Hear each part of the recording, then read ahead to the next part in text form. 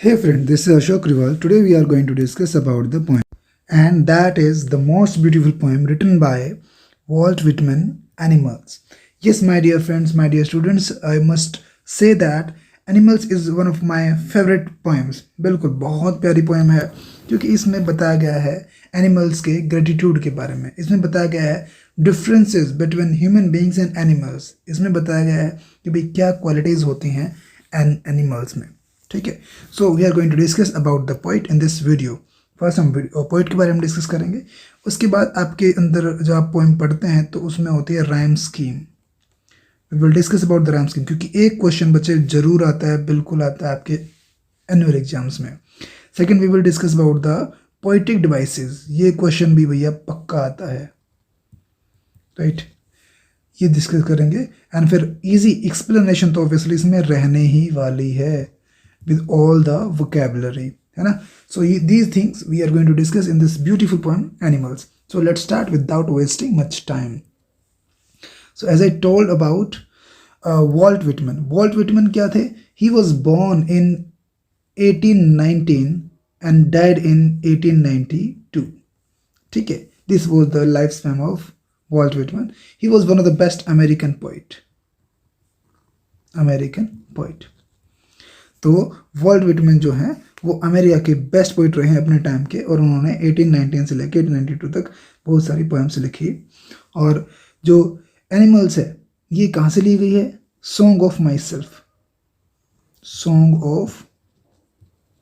Self, यहाँ से ये पोएम ली गई है. तो एटलीस्ट ये बातें आपको पता होनी चाहिए वॉल्ट विटमैन के बारे में. ठीक है भैया. अब हम डिस्कस करेंगे इस पोएम की थीम के बारे में, समरी के बारे में, है ना.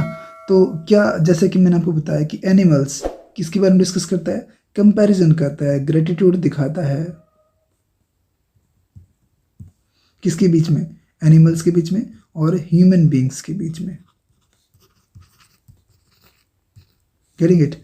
तो कंपैरिजन है एनिमल्स का ह्यूमन बींग्स के बीच में. ये दिखाता है कि किस प्रकार जो बीमारियां हैं, किस प्रकार जो प्रॉब्लम्स हैं, किस प्रकार जो एविल्स हैं, they are in the brain of human beings के ब्रेन में है वो. And we must leave that. हमें उनसे बाहर निकलना चाहिए. We must learn from the animals कि एनिमल्स कितना अच्छा काम कर सकते हैं. How sincere they are, how honest they are.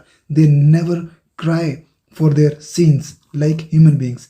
They never expect anything from the people. वो दूसरे लोगों से कोई एक्सपेक्ट नहीं करते, कोई होप नहीं रखते.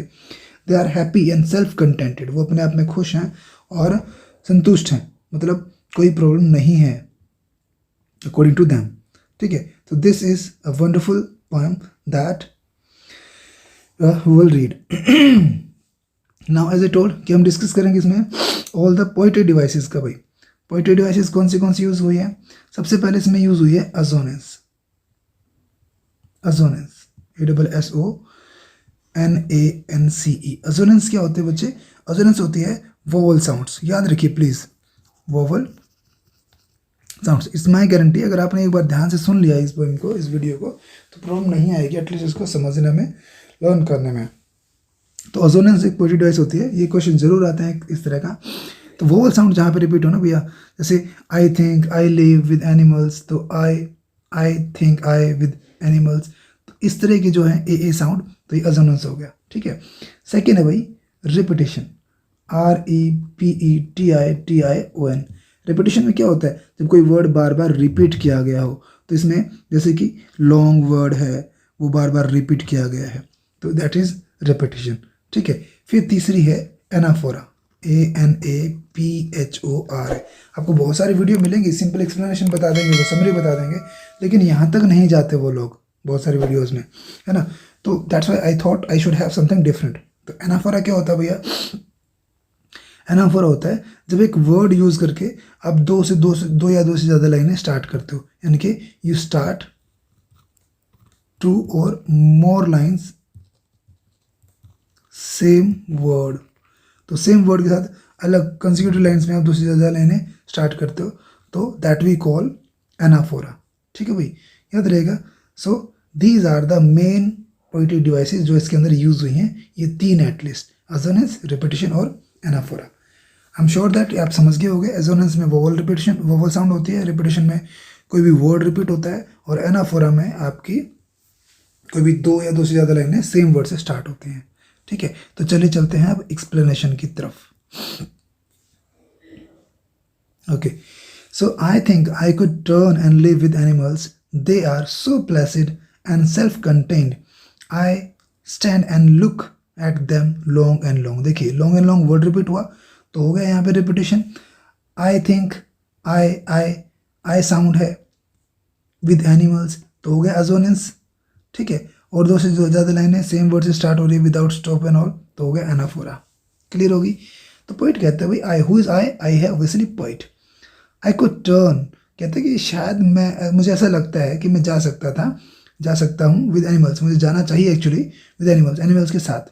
क्यों? क्योंकि they are so placid, placid होते हैं बच्चे काम, शांत, बहुत चुपचाप रहते हैं, self content, self satisfied, in full of control of self, खुद की कंट्रोल में, यानी कि सेल्फ सेटिस्फाइड है।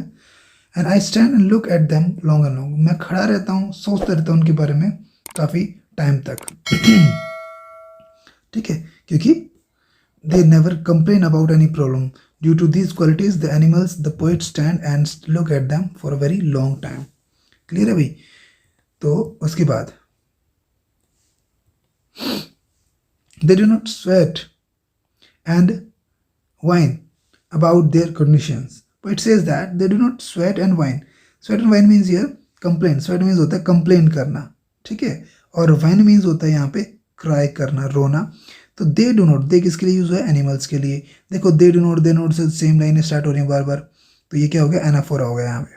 ठीक है, तो दे डू नॉट स्वेट, वो ना तो कंप्लेन करते हैं, स्वेट मीन्स यार कंप्लेन करना, दे रखा होगा टू कंप्लेन और क्राई, नहीं करते हैं।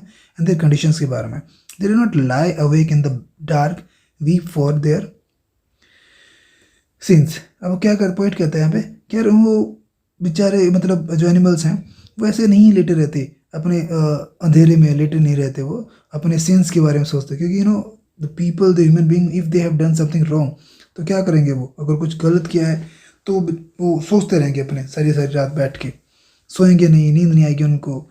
तो that's why poet says that कि दे आर हैप्पी, उनके साथ ऐसा नहीं है।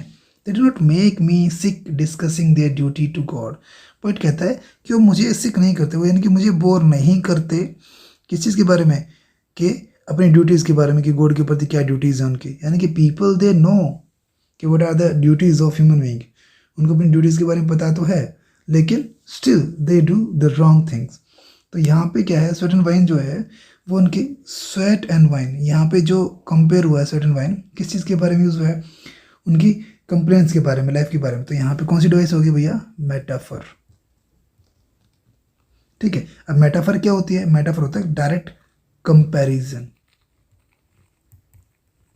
जब डायरेक्ट कंपैरिजन करते हो तो दैट वी कॉल मेटाफर। अगर लाइक और एज लगा के कंपेयर करते हो भैया तो दैट बिकम्स योर सिमिली। ठीक है, चलिए, so stanza number 3, not one is dissatisfied. Poet says that भैया कोई भी डिससेटिस्फाइड नहीं है, कोई भी दुखी नहीं है, ठीक है, असंतुष्ट नहीं है।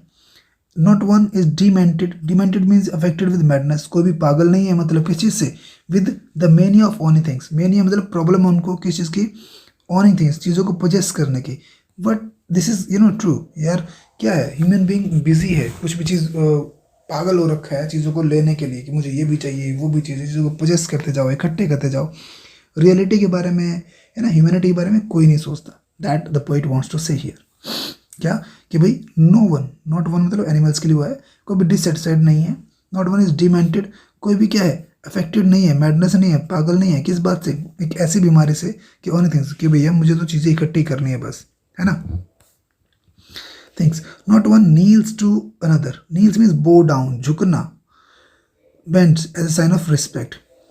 Not one kneels to another मतलब क्या, मतलब यहाँ पे कि एनिमल्स एक दूसरे के सामने नहीं झुकते। हम लोग क्या करते हैं, एक शो ऑफ के लिए दूसरे को झूठी रिस्पेक्ट दिखाने के लिए झुकते रहते हैं, बट असल में अंदर से गाली दे रहे होते हैं ना, यू नो वेल। तो वो कहना चाह रहा है पोइट यहाँ पे, not nor to this kind and that live 1000 of years, और ना ही इस तरह की, नॉट दिस काइंड मतलब इस तरह के कोई भी दूसरे आदमी सालों से ऐसा कभी नहीं किया एनिमल्स ने एक्चुअली, ऐसा को। And not one is respectable, और अनहैप्पी ओवर होल अर्थ। मतलब कोई भी ऐसा नहीं है कि जिसकी रिस्पेक्ट हो एनिमल्स में, या वो अनहैप्पी हो या हैप्पी हो कि बिकॉज ऑफ दिस मेरी रिस्पेक्ट नहीं हुई, मैं दुखी हो गया। So like that poet wants to say कि भाई ऐसा कुछ नहीं है एनिमल्स में। Lines in the poet says that he does not find any animal many appear to dissatisfied, कोई डिससेटिस्फाइड हो, है ना, कोई एनिमल्स ऐसा हो जो ऑब्सेशन पोजेशन थिंग्स के ऊपर ज़्यादा चीज़ इकट्ठा करता हो, नहीं। Animals do not show respect और bow their needs heads to other animals और to their ancestors like humans do, जैसे ह्यूमंस करते हैं उनकी तरह नहीं करते, मतलब एक झूठी रिस्पेक्ट दिखाने के लिए, ठीक है। तो इसलिए क्या है, एनिमल्स बेटर हैं और खुश रहते हैं। Next, so they show their relations to me and I accept them. Poet कहता है भाई वो बिल्कुल फेयर हैं, क्लियर हैं और अपने रिलेशंस को मुझे दिखाते हैं और मैं उसको एक्सेप्ट भी कर लेता हूँ एज इट इज़, जैसे कि वो हैं मैं वैसे उसको स्वीकार करता हूँ। And they bring me tokens of my self. Token means इनेट qualities. वो एनिमल जो हैं वो मुझे दिखाते हैं जो मेरी क्वालिटीज़ हैं वही। They evince them, evince means here to show particular feelings, quality और एटीट्यूड। तो दे एवेंस, वो मुझे दिखाते हैं particular feelings, them plainly in their possessions, कि जो भी उनके पास है वो प्लेनली अपनी फीलिंग्स को मुझे क्लियरली दिखा देते हैं ओनरशिप में। I wonder where they get those tokens. Tokens means here qualities. मुझे हैरानी है कि यार ये क्वालिटीज़ उन्हें कहाँ से मिली। पोइट फील दैट कि सारी क्वालिटीज़ जो हैं कहाँ से मिली अच्छी qualities. Did I pass that way huge time एगो and negligently drop them. Poet says that क्या यार मैंने कभी, मैं वहाँ से गुजरा था, पास देयर, उनके पास से कभी गुजरा था बहुत साल पहले, यानी कि ह्यूमन बीइंग कभी गुजरा होगा। और नेग्लिजेंटली मीन्स इग्नोरेंस में अपनी फीलिंग्स को वहाँ पे गिरा के आ गया। क्या ऐसा तो नहीं है। Poet feels that. तो इनेट क्वालिटीज़ को कंपेयर किया यहाँ पे किसके साथ, एनिमल साथ। तो भी यहाँ पे कौन सी डिवाइस होगी भैया, मेटाफर हो गई, ठीक है। सो इस तरीके से ये आपकी कंप्लीट पोएम है। आई am sure that you must have understood it. अच्छा, एज ए टोल्ड कि रैम स्कीम क्या है, तो रैम स्कीम इसमें कोई नहीं है, नो रैम स्कीम है इसमें, क्योंकि देखिए and them enemies position tokens negligently, तो रैम स्कीम नहीं बनती यहाँ पे, क्योंकि जब लास्ट में कोई भी वर्ड जैसे एंड सेंड होता, एमीन्स होता, पोजेशंस प्रोफेशंस होता, लाइक दैट, तो साउंड बनते तो A B B C C बनती वो। So this is the poetic devices with no rhyme scheme. So this is the explanation. I am sure that you must have understood. It's a really very beautiful poem. Short हमने इसके बारे में, poets के बारे में discuss किया, हमने poetic devices के बारे में डिस्कस किया, हमने एक्सप्लेनेशन डिस्कस की, line to line vocabulary discuss की। So I am sure that you enjoyed. If you are new on the channel you can subscribe it बच्चे, और अगर आपको अच्छे लगे तो आप इसको शेयर कर सकते हो। And if you want to say something please you can comment, your comments are very precious to us. Thank you, have a nice day.